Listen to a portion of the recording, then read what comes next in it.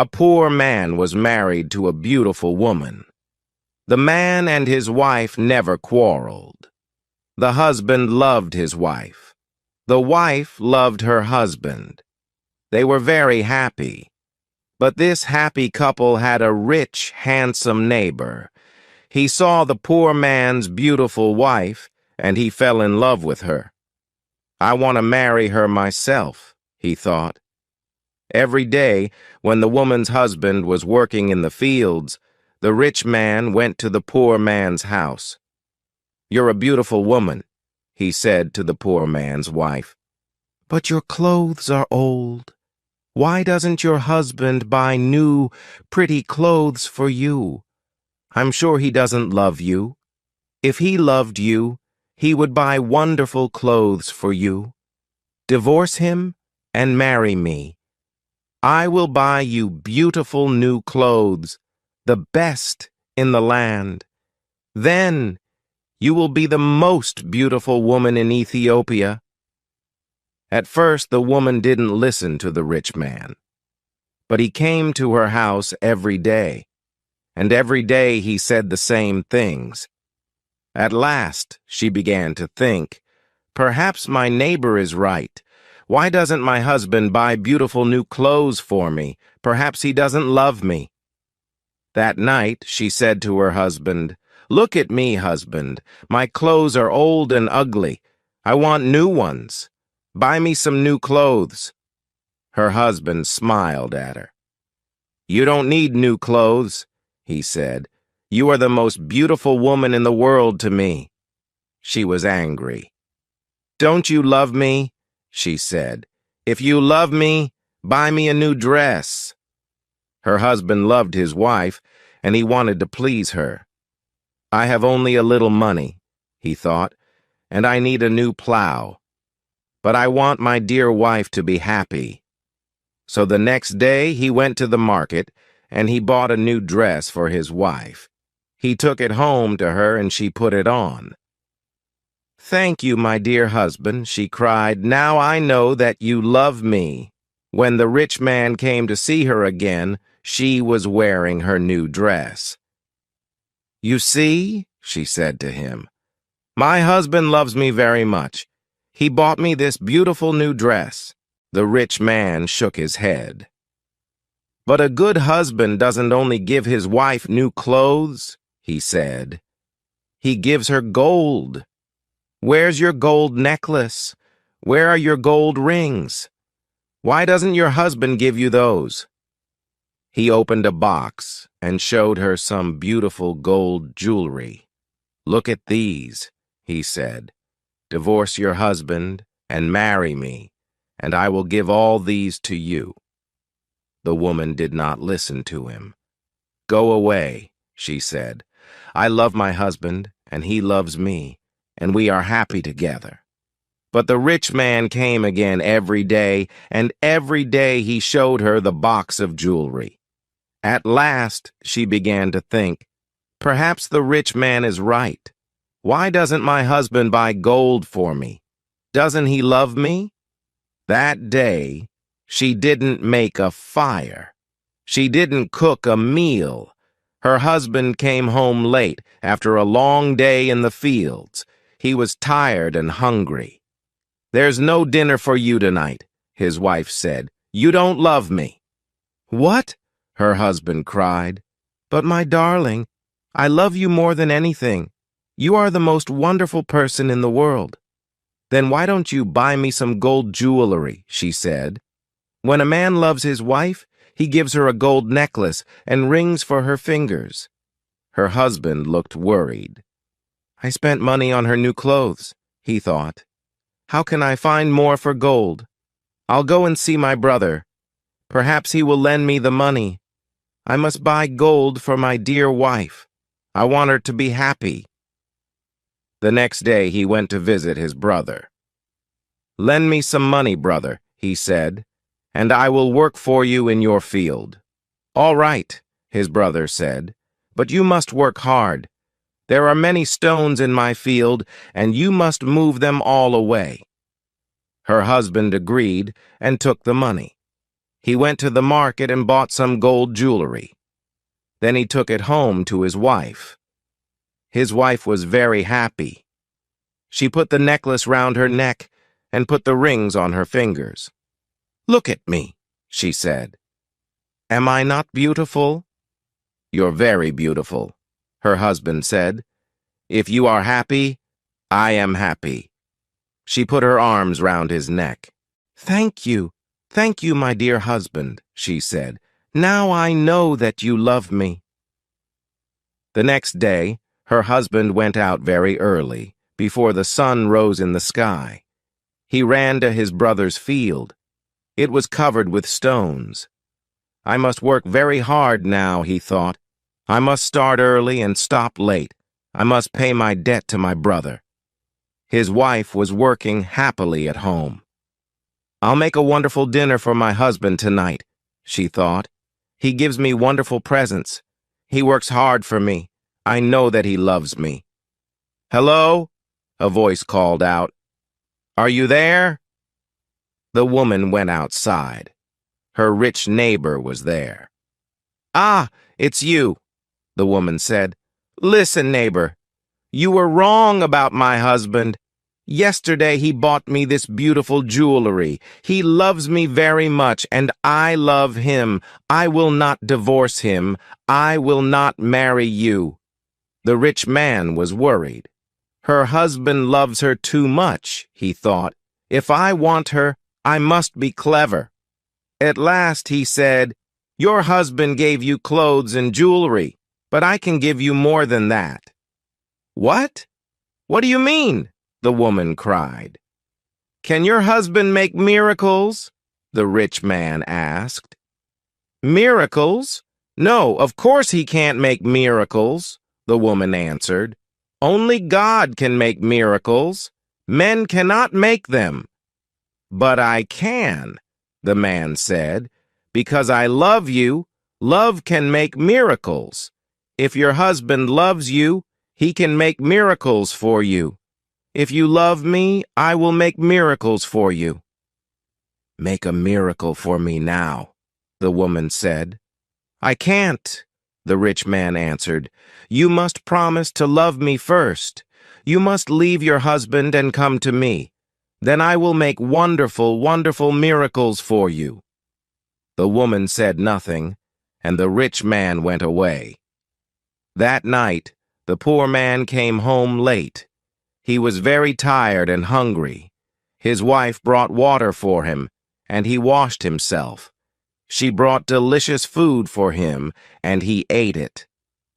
My poor husband, she thought. He works so hard for me, and he is so tired and hungry. The rich man is foolish. How can my husband make miracles? It's impossible. But the next day, and the day after, and the day after that, the rich man came to her house again. Did your husband make a miracle for you yesterday? He asked the woman. Leave him and love me, and I will make many, many miracles for you every day. At last, the women began to listen to him. One day when her husband came home, she was sad. Wife, dear wife, what is wrong with you? Cried her husband. Are you sick? No, she said. I'm sad because you do not love me. What? Cried her husband. But you know that I love you. I bought you new clothes. I bought you gold jewelry. You're the most precious thing in the world to me. But you don't make miracles for me, his wife said. Her poor husband was very surprised. Miracles? Of course I can't make miracles, he said. Why do you want a miracle? Who gave you the idea? Our neighbor came to see me today, the woman said. Love makes miracles, he said. If a man loves a woman, he will make miracles for her. Her husband was very worried. That wicked man wants to take my wife, he thought. All this trouble comes from him. When he first came here, she wanted new clothes, then she wanted gold jewelry, and now she wants a miracle. What can I do? If I don't make a miracle, perhaps my wife will leave me and marry him."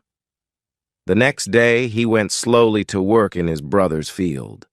"I must pray," he thought. "Only God can help me now." He looked up to heaven. "Oh, Lord God," he prayed, "please help me to make a miracle. I love my wife, and I want to keep her. Don't let this rich man take her from me." He worked all morning. He was moving stones from his brother's field. In the middle of the day, he sat down under a tree to rest. A man was sitting there already. "Who are you?" the poor man asked. "I am a wizard," answered the man, "and I have a gift for you. Look, here are 2 sticks. They make miracles." "Miracles?" the poor man said. He was happy now. "What kind of miracles?" "If you touch a person with the first stick," the wizard said, "he will become a donkey." The poor man thought of the rich man, and he smiled. "A donkey," he said. "That's very good. And if I touch him with the second stick, what will happen?" "He will become a man again," said the wizard. The poor man took the sticks and jumped up. "Oh, thank you, my friend," he said. "I prayed to God, and he sent you to me. Now I can keep my wife and punish my enemy." He ran home. "Wife," he called out, "come here. I'm going to make a miracle." His wife came out of the house. "A miracle?" she said. "What miracle?" "Look," said her husband. He touched her with the first stick. At once she became a donkey. She lifted her head and tried to speak, but she could not. "Hee-haw, hee-haw," was all she could say. Her husband touched her with the other stick. At once she became a woman again. "Husband, that's wonderful," she said. "It's a real miracle. How did you do it?" "I prayed to God," her husband said, "and he helped me. And now, wife, I am going to punish my enemy." "Your enemy?" said his wife. "Who is that?" "You know my enemy," her husband said. He was looking at her. He wasn't smiling now. "It's the rich man, our neighbor. He comes to our house when I am working in the fields. He gives you bad ideas. Ask your husband for new clothes, he says. Ask him for gold jewelry. Ask him for a miracle." Am I right? Did our rich neighbor give you all these ideas? His wife said nothing. "And did you listen to him?" her husband went on. His wife did not look at him. She was ashamed. "I'm sorry," she said. "It's true. He said all those things. He wanted me to divorce you and marry him, and I listened to him." "And do you want to divorce me and marry him?" her husband asked. She looked at him. Her eyes were full of tears. "No, dear husband, I want to stay with you forever, and I will never listen to him again." "Then take this stick," her husband said, "and touch the rich man with it." He gave his wife the first stick, but he hid the second one in the roof. The next day he went to work. Soon the rich man arrived at the woman's house. "Well," he asked her, "and can your husband make miracles yet?" "Yes," she said, and she touched him with the first stick. At once, the rich man changed into a donkey. "Now," said the woman, "you can go to work and help my dear husband." She took the donkey out to the fields. Her husband was working there. He was moving stones from his brother's field. "Ah," he said, "a donkey. Now I can finish the job quickly." From that day, the poor man gave the donkey many heavy loads to carry. The donkey carried stones away from the fields. It took sacks of teff to the market, and it brought flour and coffee home again. For many years the donkey worked for the poor man. The poor man was not so poor now. The donkey was helping him. He was becoming richer. One day the poor man looked at the donkey. It was tired and old. It stood still. Its head was bent down. The poor man was sorry for it. He went into his house and brought out the second stick. Then he touched the donkey with it. At once, the rich man stood there. But he was not a handsome young man now. He was old. His back was bent. He was very, very tired. "You tried to take my wife away from me," the poor man said. "That was wrong. Go home now. Don't look at other men's wives again." The rich man went away, and he never came back again. But the poor man and his wife lived happily together for many more years. Hello, my name is Sam. I am a student of English. This is my story. I want to tell you about my life in London. I want to tell you about my fantastic teacher. You can read my story. You can learn English with me. It is a beautiful summer day. I am traveling on a train. 2 women are on the train with me. The women sit opposite me. The women speak English. I don't understand much. I study English, but I am a beginner. I don't know many words.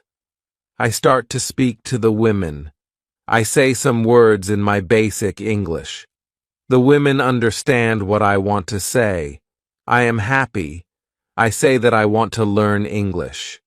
The women tell me that they are from England. They go home from a conference. Our conversation is 10 minutes long. The next station is my station. I say goodbye. The women give me their address and phone number. They tell me that I can visit them in England.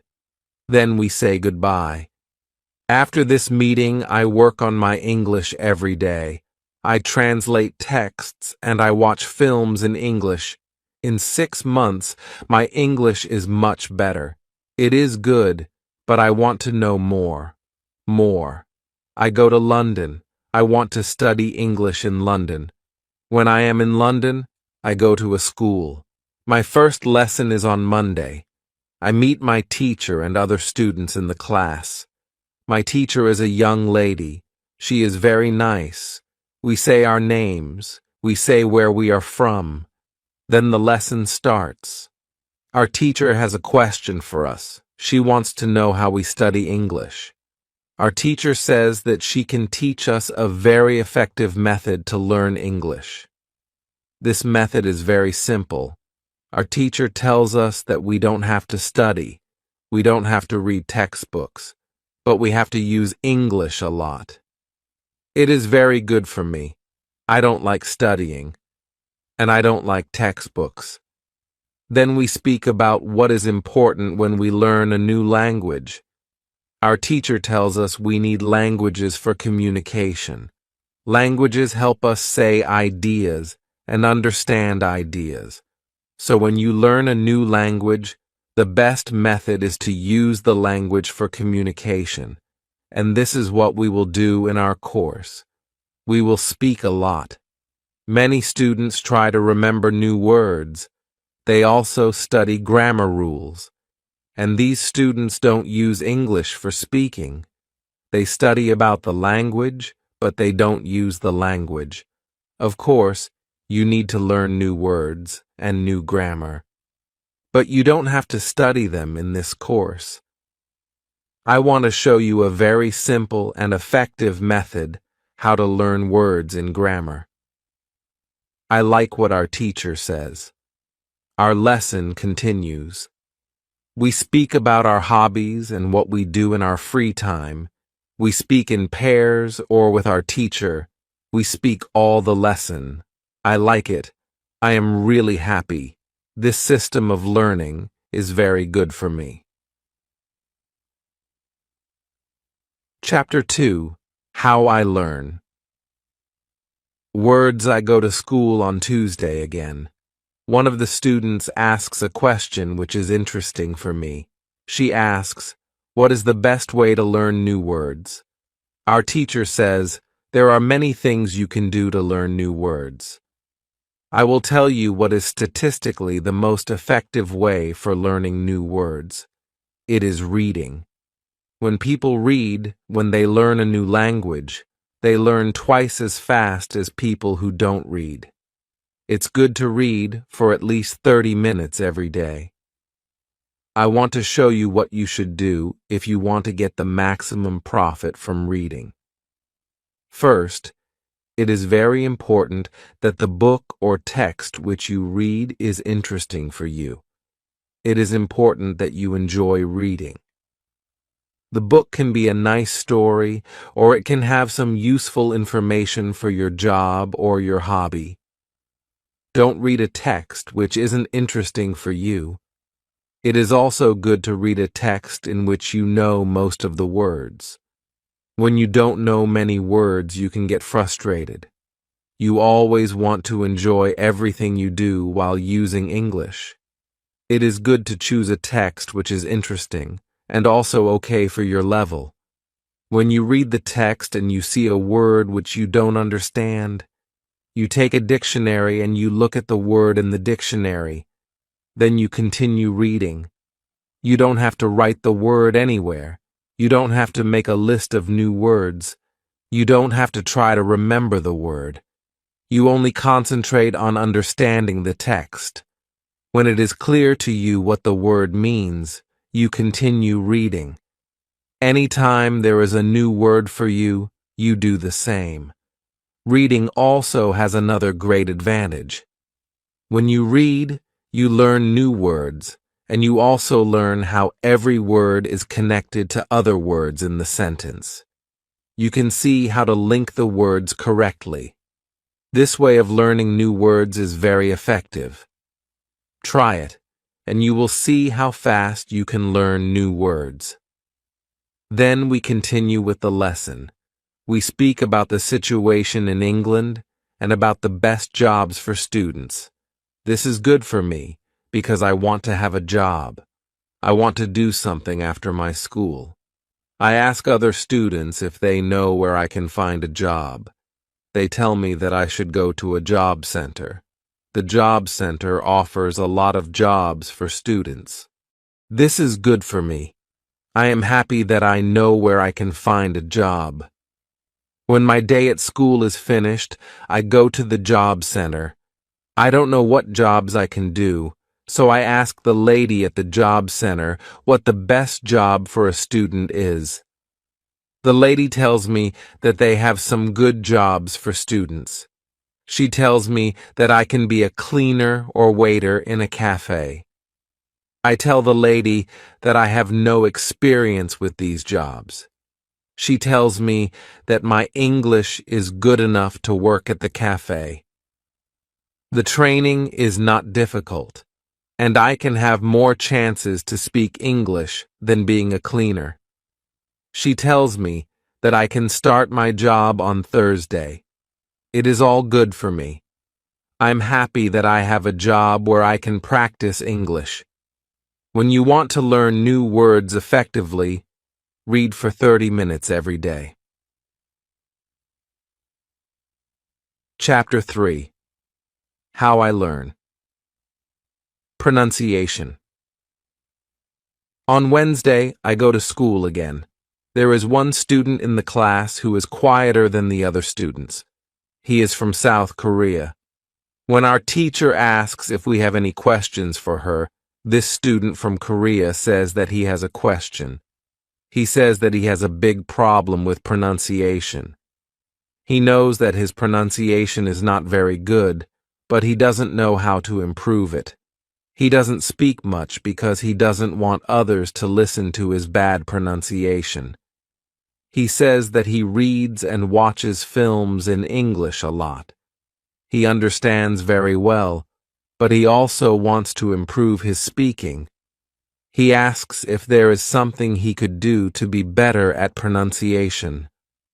When my teacher hears this, she says, "Okay, I will tell you something about pronunciation and how to practice it.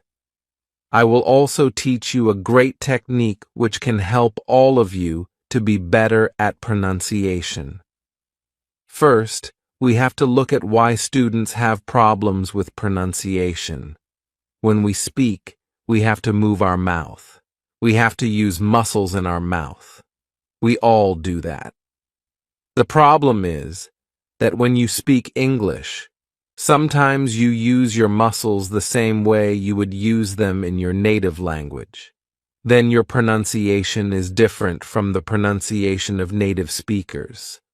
This happens to many students who learn English. Almost everybody has a little different pronunciation than they should have. In fact, it is not a big problem, because usually people understand what you want to say, even if your pronunciation is not perfect. However, you can work on your pronunciation and make it better. There's a great technique which can help you a lot.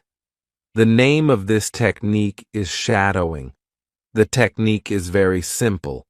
When you do shadowing, you simply copy the sound which you hear. When children learn their first language, they learn it by copying. They copy after their parents again and again, and one day their pronunciation is perfect.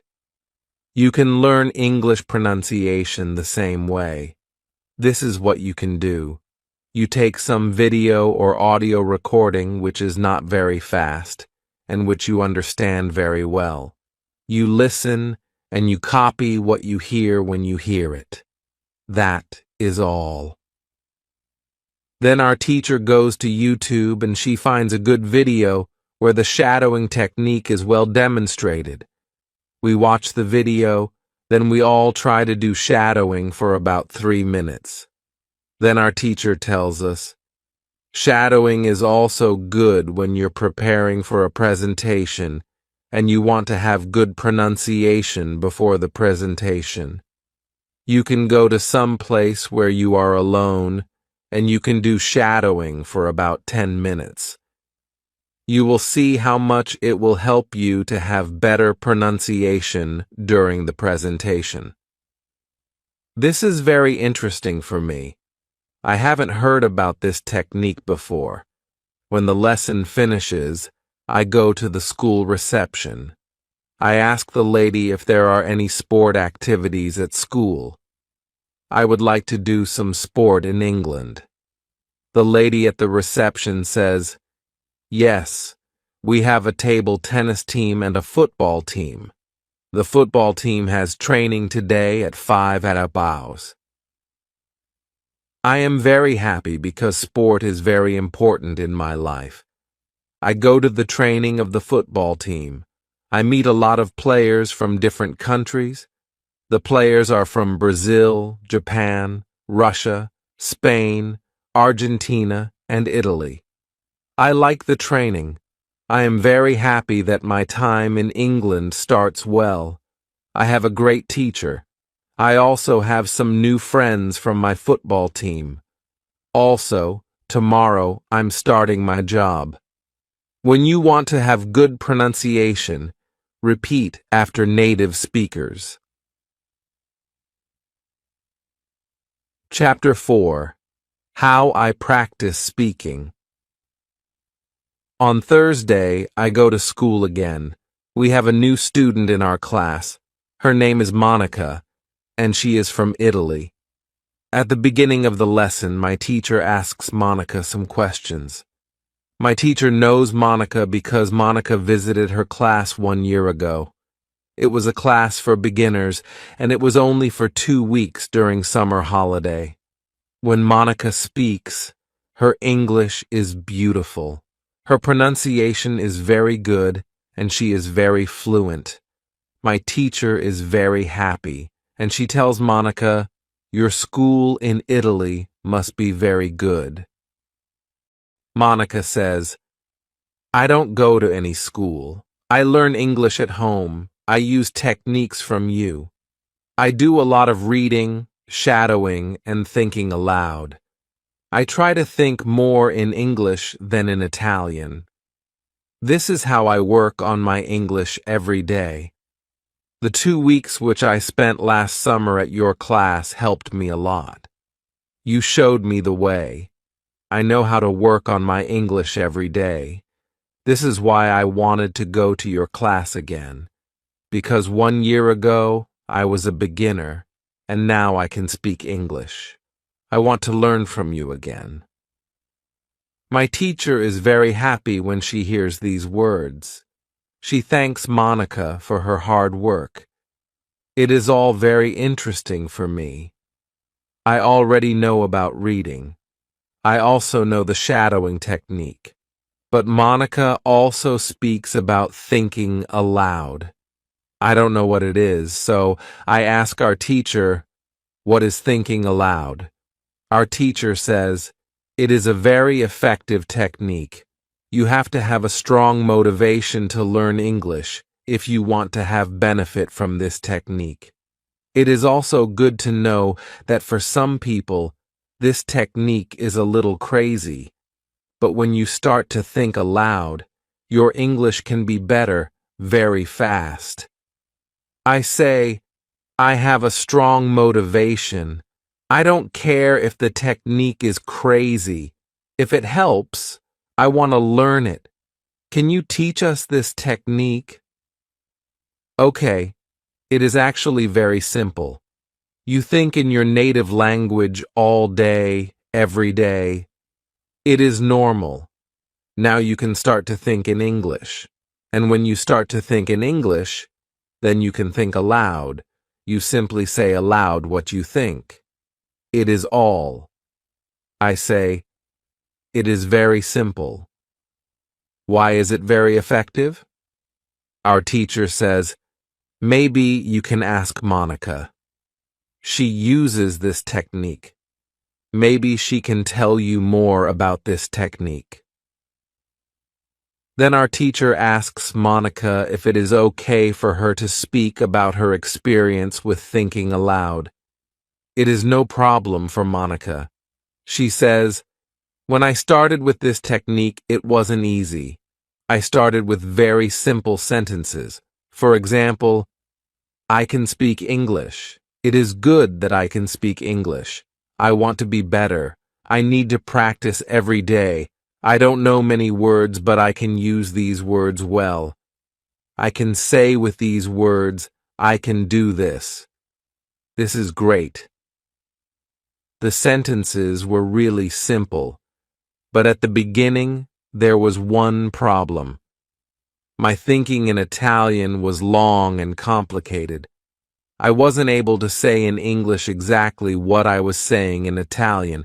I needed to find a simpler form for English. To think in simple English was the hardest part. But after some time, it was normal for me to think in English. Then something interesting happened. I met a man from Australia. He was on holiday in Italy. I was still a beginner, but we started to speak English. I could see that I was able to speak with him without big problems. My sentences were simple and short, but I was able to speak. I didn't translate in my head from Italian to English. After the meeting with the man from Australia, I started to use thinking aloud more. This technique helped me a lot with my speaking. I still use it every day. It is really a very effective technique. Our teacher thanks Monica for her experience with thinking aloud. I want to use this technique because I also want to be better at speaking. When you want to speak English fluently, think aloud. When you want to learn English, read, listen, and speak. Do each activity for 30 minutes every day. Thank you for watching. Like, share, subscribe for more.